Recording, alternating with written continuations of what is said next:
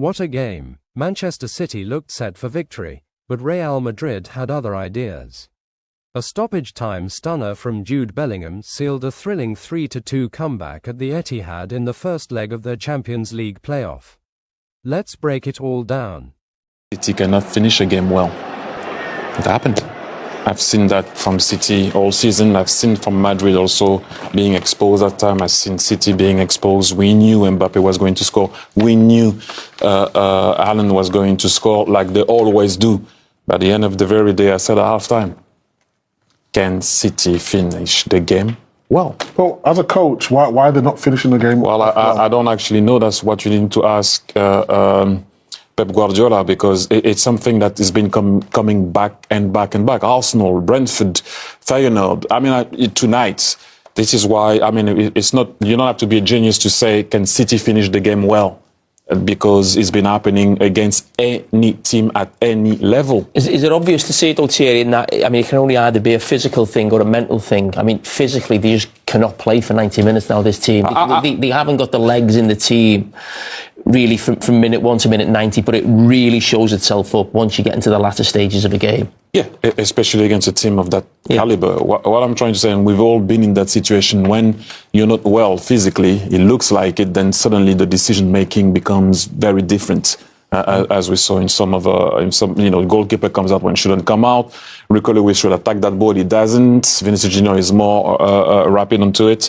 When you say physically not well, though, what do you mean by that? Because you played a lot of games. You played, 60 games? The most I ever played was 51 games in a season. You probably played 60, yourself a bit more. When you say physically not well, what do you mean by that? That's what they've been showing. They're not finishing game well. So you have to also say that this team has been playing solid football for a very long time. It's not like it's 1 year. They won the league 4 years in a row. Okay, not all the players were there winning the league 4 years in a row. But when you go to the national team, you come back, you play in the league, you play in this, you play in that. At one point, it's gonna maybe show that you're not there. If you're not there physically, then mentally also it won't help, or also mentally, physically, you cannot perform.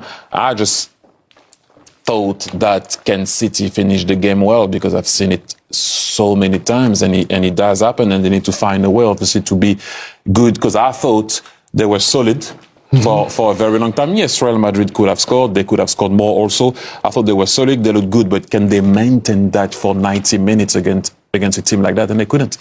So I heard that the goal came from Jude Bellingham, supposed to be a friend of the show, friend of yours. Supposed to do a goal celebration.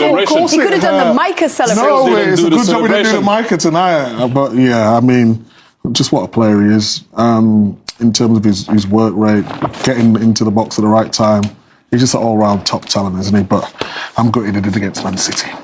We'll try and pick Micah's spirits up. It was Manchester City's first home Champions League defeat for 6.5 years. That one is going to take a minute to settle. We did see wins for Dortmund tonight, 3-0 against Sporting. First win under Niko Kovac in his second game in charge. Juventus beat PSV 2-1. Goal from Weston McKennie from the American in that one. PSG had won earlier in the night. We will bring you highlights, interviews, analysis, all of the usual after a short break. Stay with us.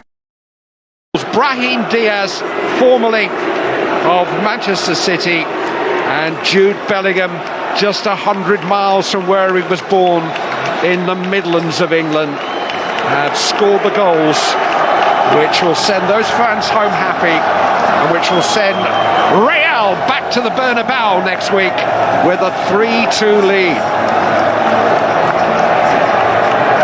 Thank you very much, Clive and Rob. And with that result, the energy has just drained out the studio. Micah's slumped. Came to you at half-time. It was 1-0 for Manchester City. We said, could Manchester City sustain? And here we are. Final score 3-2 for Real Madrid. No, you got to give credit to Madrid. I thought in the second half, they upped the tempo. I think the difference in that second half, losing the Kanji, having a centre-back in there, he really did play his part in that first half. And more about his positioning, not going up, trying to get involved too much in attacks, his position going into midfield, trying to stop them counter-attacks. In the second half, this man came alive. Vinícius Jr against young Rico Lewis. They got caught upfield a couple of times, made a mistake for the goal at the end. And yeah, it's a similar theme we've seen with Manchester City now. Although they did play a lot better. I thought the structure in the first half was very good, but after 70 minutes, they looked tired again. We keep talking about Manchester City and Rodri. We saw a big banner of him before the game with the Ballon d'Or. We saw him on the bench, and we keep talking about, they need midfield players, they got older players. I think we're at the stage now with Manchester City. We need a new goalkeeper. Ederson's been fantastic for Man City with the ball, but in terms of being a goalkeeper, he's cost them tonight. And he needs him because he's a really senior figure. He's been there, he's done it, he's won all the leagues, the Champions Leagues. And this has been going on for too long with Ederson, the goalkeeper. That's nowhere near enough at this level of football. That he's cost his team the game there. By the way, I should say a very warm welcome to everybody who was watching over on the... I'm blanking on the name, the Lasso Show. Thank you so much with Nico... I know, Dave Jones would never. With Nico Cantor, Nigel Reo-Coker, good to have you with us. It's Kate with Thierry, Jamie and Micah, the usual crew here on the Champions League show. Thierry, we haven't heard your thoughts yet on the game. What do you think? Exactly what we talked about happened. We said it's going to be goals. We said those two teams cannot defend properly. We said that... And you're winning the game 2-1. You've got... can't remember when the equaliser came, but late on, pretty late. Yeah. Right? So what I'm saying is, if that's the case, then can't you be saying to your goalie or getting some message on, listen, we get the ball, never mind this trying to chip out from the back, let's get it up to forward to Haaland.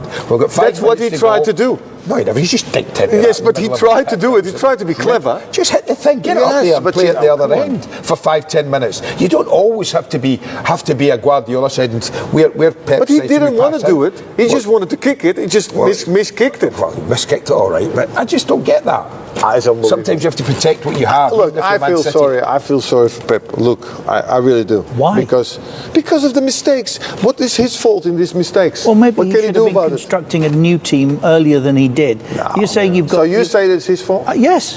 Why? I'm saying his team he's allowed that team to age. Yeah. He has got players that aren't good enough anymore. His midfield gets swamped week in, week out. I don't agree with he that. took his eye off the ball. He enjoyed winning his 4th title. And Alex Ferguson, after 3, went, right, now, surgery. Let's make changes.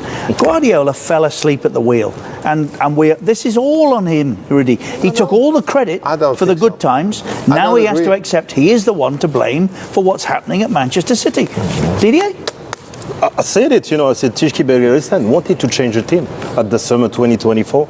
He didn't. He wanted just to follow with them. But when you look at the game, Madrid it's 3-2. But they deserved, by the way. It's 7-8 clear chances. Mbappe wasn't in the good day. And then 3 goals. But they don't score. Yeah. But they don't score? Yeah, I understand. But they still deserve. It's chances, but they don't score. Yeah. Okay. Rudy, Real Madrid could have been 4 up at half time. No, they didn't. Because they didn't, but they could very well have been. What was it? And you're saying I feel sorry for Guardiola. It could have. Doesn't exist. At least, they could have. It doesn't exist. Yes. You need to be clear and everything. The thing is for me is the mistakes that have been made by players who aren't any more capable of playing at the levels required by Manchester City. Well, why did he leave him out for 10 games earlier in the season? Look, I think he's done well for them. But now, he has done well for them. Unbelievable mistakes. I can't believe what I see. Really, you can sit here and say, well, I feel sorry for Pep because his team made mistakes, not going to do it. I could sit and look at Ancelotti. What is Ceballos doing for the penalty? That's not Ancelotti's fault. When a player makes a mistake like that and tackles something that he shouldn't. That is not his fault. Even the first goal, the defending wasn't very good. We can't keep blaming. But that's what he does. He blames Pep. No. Well, listen, where does the buck stop? Yeah, but where does the buck stop? Guardiola took all the credit with the gaffer for all of the years that they were successful. Mistakes, you these can't blame him. Errors now and what has been happening at Manchester City is on his toes. Rudy, this is not it just has something to be. Tonight. We've watched this team all season decline. Yeah. And I mean fall off a cliff. But what did they do halfway? What did they do? They bought 3 players, no? Yes, but 3 players, are they good enough? I don't know. They bought 3 kids we've never heard of. Well, Mamouche we have. Yes. But Mamouche has had one good season. I think the jury's out. Yeah, obviously. We're centre-back we've never heard of, basically. And it destroyed him on his debut. That was... So I felt sorry for this kid, by the way. Yeah. But I think, listen, the game is still up for grabs. There's no doubt. It's tough now for City. Yeah. Really tough. And they don't lose many in the Bernabeu. They don't lose many second legs. I bet through history they've lost very few. Milan, well, there you go. Well, you had a good side. No, Milan this year. Oh, last year was it? But that's just as we watch what's happened tonight. Juve won this evening and Dortmund as well. We'll see those goals shortly. This is a good goalkeeper. That was a good goalkeeper. Good goalkeeper. I saw what he wanted to do. So Guardiola takes the credit for that. No, you say that he gets the blame for everything that happens. I think it's on his toes. It has to be on his watch. He's allowed this team to grow old and they're no longer good that's enough. a different argument. Yeah, I agree with you on that. I Cannot think dispute that. he hasn't improved the team when he should have done. I don't think. And do you know part of the reason I think as well, Ruud, I think the players that he's brought in, a lot of them, are not as good as the players that have gone. The Aguero's and totally. Savinho is not Mahrez or things like that. Not Mahrez, it's not the same quality. Jack Grealish has fallen off a cliff in respect to, so these are players that haven't lived up to what the players they're taking over from. I mean, when I look at that team there, and I said to Didier, Vardiol has been the outstanding player for them all season. His consistency has been different class, but he's been the only one that's produced it time and time again. He's got energy. When you look at Bernardo Silva, he's trying but doesn't.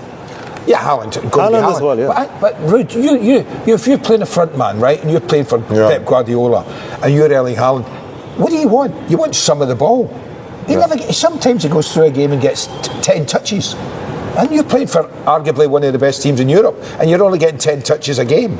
I think a lot of the time they don't play to Haaland's strengths because they're not, I was going to say obsessed, but surely not, with keeping the ball, possession, short passes, movement. Okay, but on the other hand, if you know that as a striker and it's not in your ball game, then don't go there. I agree with you. But the first year he was top scorer. 52 goals. Here you go. 52 goals. So he made the right decision. Yes, he did. The thing is, when I look at City today, they really tried. But when I count all the chances that they conceded, it's frightening. Of course, it's 7-8. That's a lot. The bar. If Mbappe, was in Haaland versus Madrid, but City collapse late. Pep Guardiola's side twice took the lead, and for a moment, it looked like Erling Haaland's late penalty had sealed the win. Haaland struck first, putting City 1-0 up early. Kylian Mbappe levelled on the hour mark with a mis-hit volley. Haaland restored City's lead from the penalty spot with just minutes left. But then, Madrid did what Madrid does best. Late-game madness. When City needed composure, they crumbled. Brahim Diaz equalised in the dying moments, smashing home a rebound against his former club. Jude Bellingham delivered the killer blow in stoppage time, capitalizing on a Vinícius Jr assist after a costly Rico Lewis error. Madrid snatched victory at the death, leaving City stunned. What next for City? This leaves City with a mountain to climb in the second leg at the Bernabeu. Guardiola's side will have to find a way past Madrid's elite mentality and home advantage if they want to keep their Champions League dreams alive. Can City turn it around in Madrid, or is the European title defense falling apart? Final thoughts. Who do you think will advance to the last 16? Can City pull off a Bernabeu miracle? Let us know in the comments. If you enjoyed this breakdown, don't forget to like, share, and subscribe to SportLab for more football analysis. Thanks for watching.